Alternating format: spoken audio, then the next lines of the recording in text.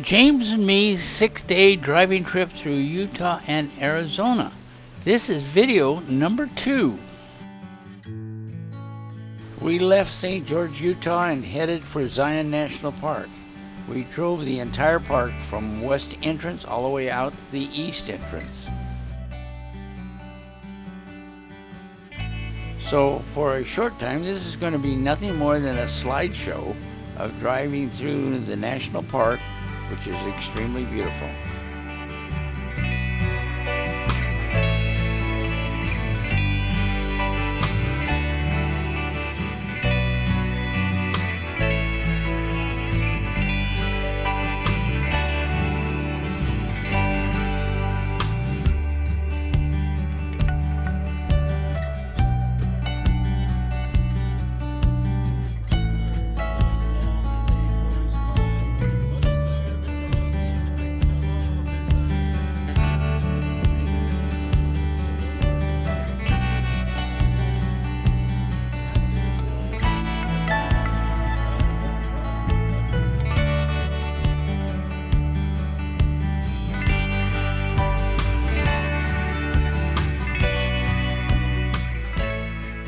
While Zion and the drive-thru beautiful, it was not the main objective of the day.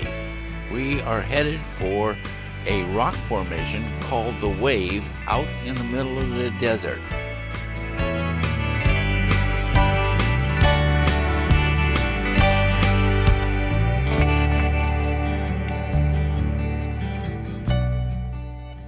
This is a picture of the rock formation, and it's not my photo, but this is our objective. It is a rock formation called the Wave, and to get to it, you have to be on a long dirt road.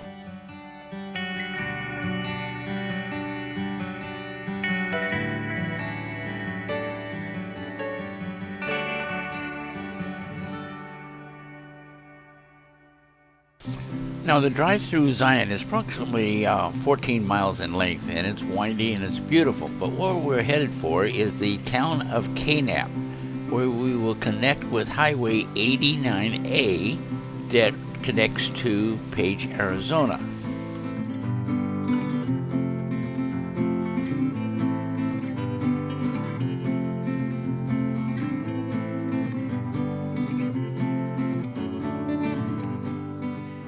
A ways past Kanab, you get off on a dirt road 30 miles in length between two highways, and about 10 miles in is the trailhead to get to Vermilion Cliffs, where the Wave is.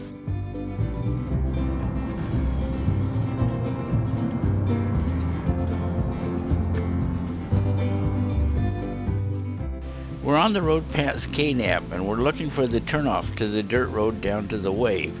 And we notice that the weather is changing, and it's getting darker and darker, and rain is forming and lightning off in the distance.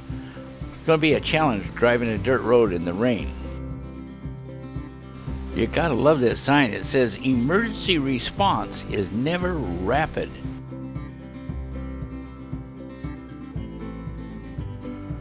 The dirt road is actually a pretty good dirt road, but off in the distance the clouds are getting darker, and trying to drive a dirt road in the rain may be fun.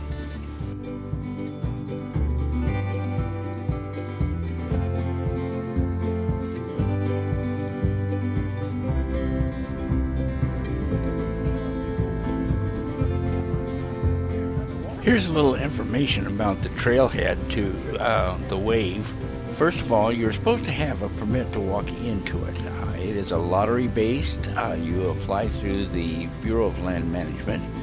In our case, because of the weather, when we got to the trailhead, there was only 3 cars in the parking lot, so I took off by myself.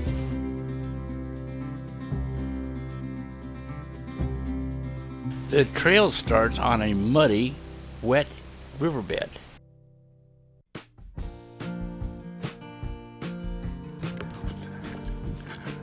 First of all, I am 80 years old, walking 1.7 miles into sheer raw wilderness entirely by myself. This is not a real smart thing to do.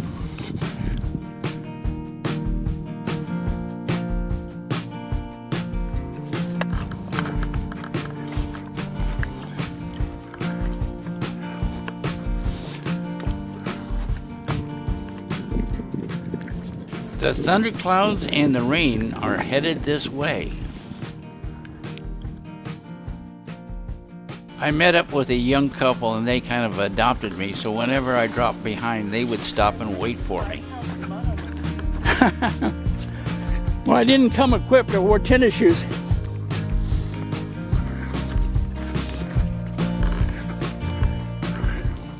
Keep in mind that this is flash flood country, so you have to be well aware of any rain in the area. And you get these narrow paths, they can be deadly, so you want to be careful.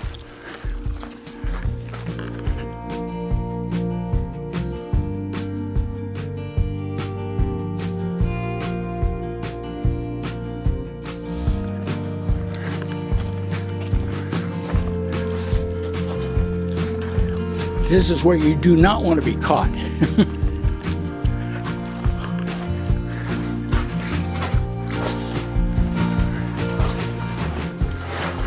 Two things are now occurring. Number one is I am running out of steam and I'm starting to feel my age.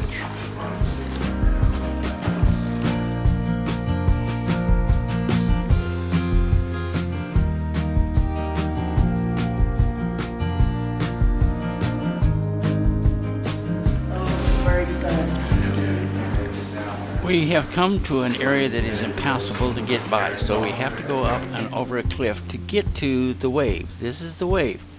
I'm sorry to say I ran out of steam. I could not make it. The young couple went on their own. I had to turn back. I was just too tired to make that last 300 or 400 yards. On the walk back entirely by myself, it started to rain. It started to have lightning flashes. One lightning flash hit about 200 yards away from me. I was scared of cougars. I was scared of flash floods. James and I got back in the car and drove out in a rainstorm. Mud all over the place. The car was slipping and sliding on the dirt road. We did make it, but it was at 20 miles at very, very slow speed.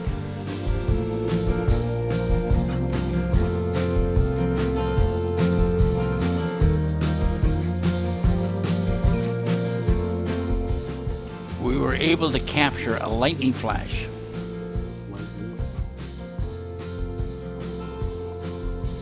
We're getting near Page, Arizona, and it is getting darker and darker.